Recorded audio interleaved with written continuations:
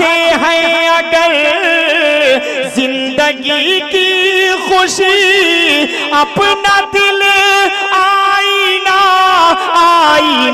کیجئے یار تو یار ہیں اے میرے دوستوں دشمنوں کے لیے بھی دعا کیجئے یار تو یار ہیں اے میرے حضرات گرامی، آج کا یہ جلسہ قرآن کے موضوع پر ہو رہا ہے۔ قرآن کریم جن لوگوں نے اپنے سینوں میں محفوظ کیا ہے ان کے سروں پر دستار حفاظت باندھی جائے گی۔ قرآن کریم کا حفظ کرنا، یاد کرنا، قرآن کریم پر عمل کرنا باعث سعادت اور باعث برکت ہے۔ اللہ کے رسول صلی اللہ علیہ وسلم کے ایک ارشاد گرامی ہے کہ میدان محشر میں حفاظ عاملین قرآن کے والدین کے سر پر ایسا تاج رکھا جائے گا کہ اس تاج کے سامنے سورج کی روشنی ماند پڑ جائے، تو وہ لوگ قابل مبارکباد ہیں جن کے بچوں نے، جن کے نونہالوں نے قرآن کریم کو حفظ کیا ہے۔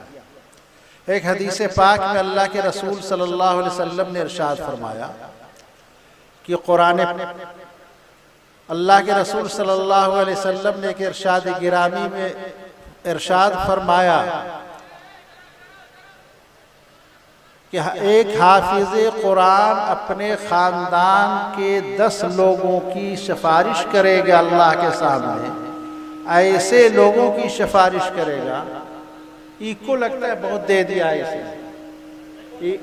ایکو ختم کرو، آواز دو صرف۔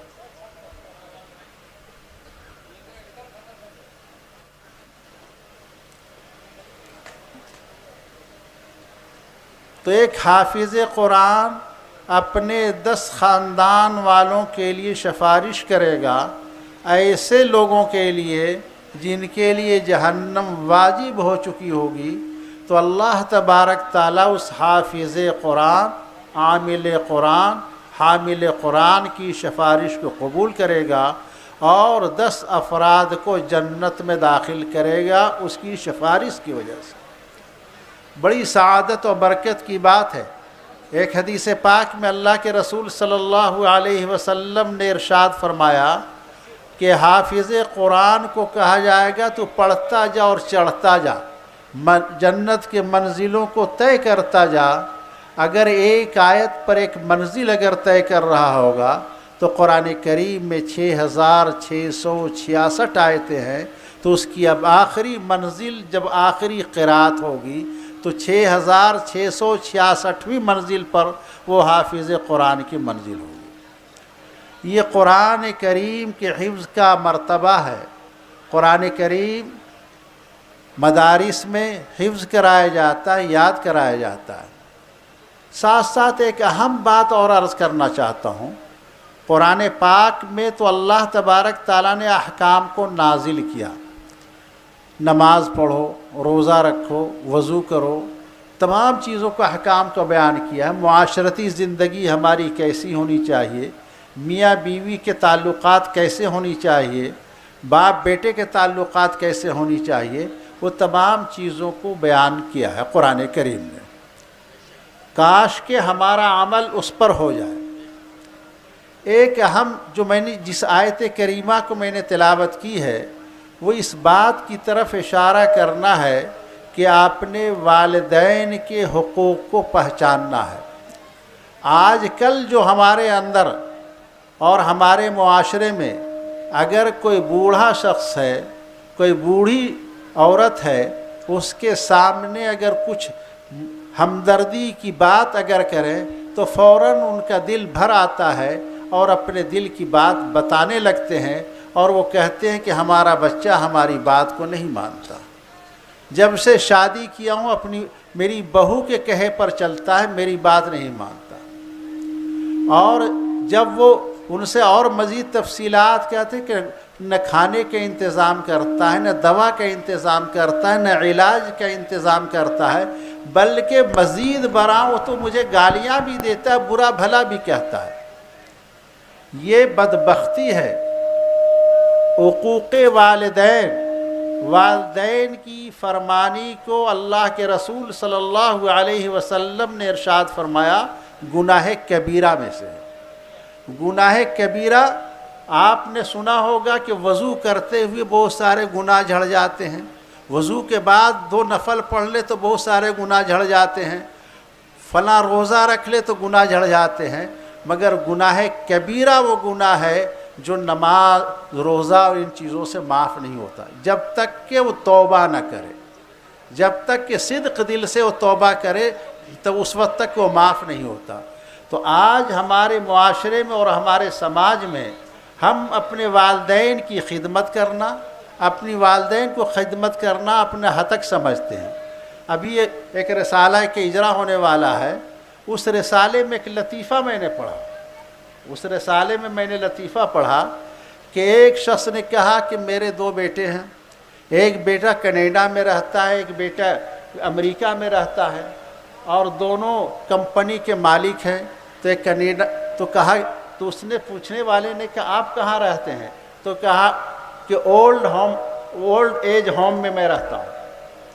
بڑی افسوس کی بات ہے، یعنی ایک کینیڈا میں رہ رہا ہے، ایک امریکہ میں رہ رہا ہے، گرچہ وہ لطیفہ ہی صحیح ہے، مگر باپ کے لیے نہ اس کے بنگلے میں جگہ ہے ایک بیٹے کی، نہ دوسرے بیٹے کے بنگلے میں جگہ ہے، بلکہ وہ اولڈ ایج ہوم میں، یعنی وہ جو سرکاری طور پر وہ مکانات جو بنائے جا رہے ہیں آج کل، جو باپ کے رہنے یعنی بوڑھے کو رہنے کی جگہ ہوتی ہے، وہاں رہ رہے ہیں۔ وہاں کوئی پرسان حال نہیں ہوتا کہ وہاں کیسی زندگی گزر رہی وہ۔ تو آج ہم نے اپنے والدین کو اولڈ ایج ہوم میں پہنچا دیا ہے اور اپنے عیش و مستی کے ساتھ دوسری جگہوں پر رہ رہے ہیں۔ تو آج ضرورت اس بات کی ہے، یہ حفاظ کرام اپنے والدین کی قدر کرنے والے ہوتے ہیں، علماء کرام حامل قرآن اپنے والدین کی قدر کرنے والے ہوتے ہیں۔ تو اس لیے میں کہا کرتا ہوں کہ اپنے بچوں کو عالم بنائیے، حامل بنائیے، دیندار بنائیے، تاکہ آپ کی قدر کرے۔ آج ہر جگہ یہی رونا ہے کہ ہمارا کوئی دیکھنے والا ہے، کوئی پرسان حال نہیں ہے۔ تو ہم اپنے والدین کی خدمت کرنا بڑی سعادت کی بات ہے۔ اللہ کے رسول صلی اللہ علیہ وسلم نے ارشاد فرمایا تھا کہ باپ کے سائے کے نیچے جنت ہے اور ماں کے پاؤں کے تلے، پاؤں کے قدموں کے نیچے وہ جنت ہے۔ تو وہ جنت ہم کہاں تلاش کر رہے ہیں؟ نہ ماں کی خدمت کر رہے ہیں، نہ باپ کی خدمت کر رہے ہیں۔ تو اس لیے آج ضرورت اس بات کی ہے، ان جلسوں سے میں یہی پیغام دینا چاہتا ہوں کہ ہم اپنے حقوق کو پہچانیں، مگر تھوڑی سی غلطی ہم سے بھی ہوتی ہے۔ یہ والدین، یہ بچوں کی غلطی تو ہے ہی کہ والدین کی قدر نہیں کرتے، مگر والدین کی بھی ایک غلطی ہے۔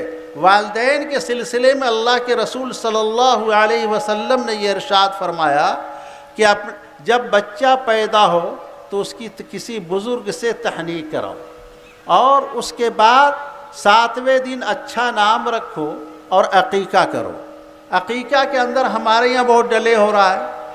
ترمذی شریف کی روایت میں ہے کہ عقیقہ 7ویں دن یا 14ویں دن یا 14ویں دن یا 21ویں دن کرو، مگر آج یہ ہو رہا ہے کہ اس کی پھوپھو رہ رہی ہے کلکتہ میں، وہ نہیں، کیسے کر دیں؟ اس کی خالہ رہتی ہے دہلی میں، وہ نہیں آئے گی تو کیسے کر دیں؟ یہ ان چیزوں کی پرواہ نہیں۔ عقیقہ ایک تو مسنون طریقہ ہے، مستحب طریقہ ہے، تو مستحب طریقے کو اختیار کرنا چاہیے۔ اگر خدا نہ خواستہ تو اس کے لیے پھر علماء نے لکھا ہے کہ اگر نہ کر سکی ان اوقات میں 7ویں دن، 14ویں دن، 21ویں دن، تو پھر جس دن پیدا ہوا، جیسے سنیچر کو پیدا ہوئے تو جمعہ کے دن اس کا عقیقہ کر دے، جمعہ کو پیدا ہوا ہے تو کسی جمعرات کو کر دے۔ اور اس کے فوائد یہ ہے کہ اس کے تمام لکھا حضرت اقدس تھانوی رحمۃ اللہ علیہ نے، اس کے اوتڑی پوتڑی تمام ختم ہو جاتے ہیں، یعنی اس کے اوپر جو اثرات اور جو دوسری چیزیں وہ ختم ہو جاتی ہے، تو اس لیے عقیقہ کرنا مسنون ہے۔ اللہ کے رسول صلی اللہ علیہ وسلم نے حضرت حسن کا عقیقہ کرایا تھا۔ ایک تو مسئلہ یہ ہے۔ دوسری بات، اس کے بعد جب وہ بولنے لگے بچہ، تو سب سے پہلے اس کو اللہ سکھلائے، کلمہ طیبہ سکھلائے۔ مگر یہ ہماری طرف سے کوتاہی ہوتی ہے کہ ہم اپنے بچوں کو وہ نہیں سکھلاتے، بلکہ ٹی وی کے سامنے تو اس کو ایکٹنگ کرنا سکھلاتے ہیں، گالی دینا سکھلاتے ہیں۔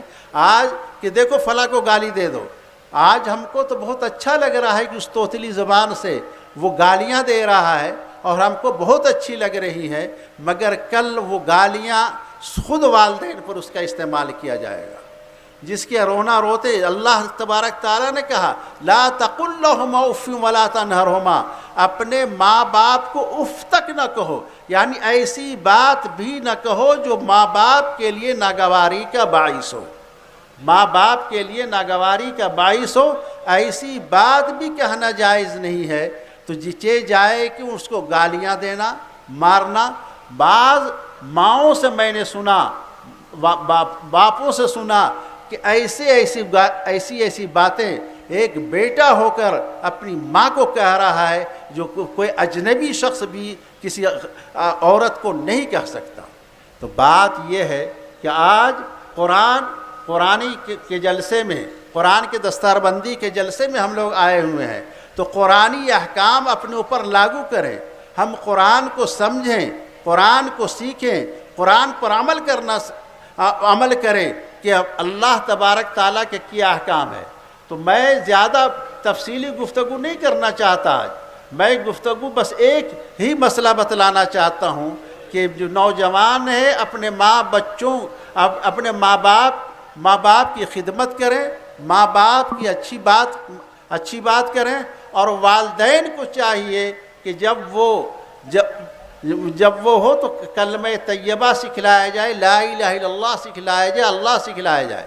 حضرت اقدس تھانوی رحمۃ اللہ علیہ نے لکھا ہے کہ بچہ جب بولنے لگے تو اس کو نام بتا دو، اس کے ماں باپ کا نام بتا دو اور اس کا پتہ بتلا دو، تو اگر کہیں خدا نخواستہ کہیں بچل جائے، کوئی بھٹک جائے، تو اس سے پوچھا جائے کہ کیا نام ہے بیٹا، تو فلاں نام ہے، باپ کا نام کیا ہے تو فلاں نام ہے، تو اس کی وجہ سے اس کی شناخت اور پہچان ہو سکے۔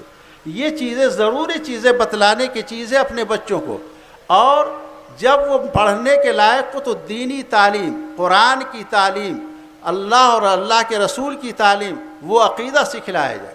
اور جب وہ بچہ بالغ ہو جائے، بچی بالغ ہو جائے، تو فوراً شادی کا انتظام کیا جائے۔ شادی کا انتظام کرنا بھی والدین کی ذمہ داری ہے۔ اور شادی کیسے گھرانے میں؟ بہت مالدار گھرانے میں نہیں، بہت خوبصورت گھرانے میں نہیں، بلکہ فاظفر بذات الدین، اللہ کے رسول نے فرمایا کہ دینداری کو ترجیح دو، دینداری کی وجہ سے شادی کی جائے۔ اور شادی آج کل جو شادیاں ہو رہی ہیں اس میں پتہ نہیں کتنے خرافات کیے جا رہے ہیں، کتنے غیر اسلامی رسومات ادا کیے جا رہے ہیں۔ ان تمام رسومات سے پاک ہماری شادیاں ہوں، اسلامی طور طریقے پر ہماری شادی ہونی چاہیے۔ اور تو میں آج اس پورے مجمع سے یہ وعدہ لینا چاہتا ہوں کہ شادی بیاہ کا معاملہ ہو، یا بچوں کی پرورش کا معاملہ ہو، یا والدین کی حقوق کی ادائیگی کا مسئلہ ہو، ان تمام میں آپ لوگ یہ عہد کیجئے کہ انشاءاللہ ثم انشاءاللہ قرآنی تعلیمات کے مطابق، نبی پاک صلی اللہ علیہ وسلم کے تعلیمات کے مطابق اس پر عمل کریں گے نا بھائی؟ وآخر دعوانا ان الحمدللہ رب العالمین۔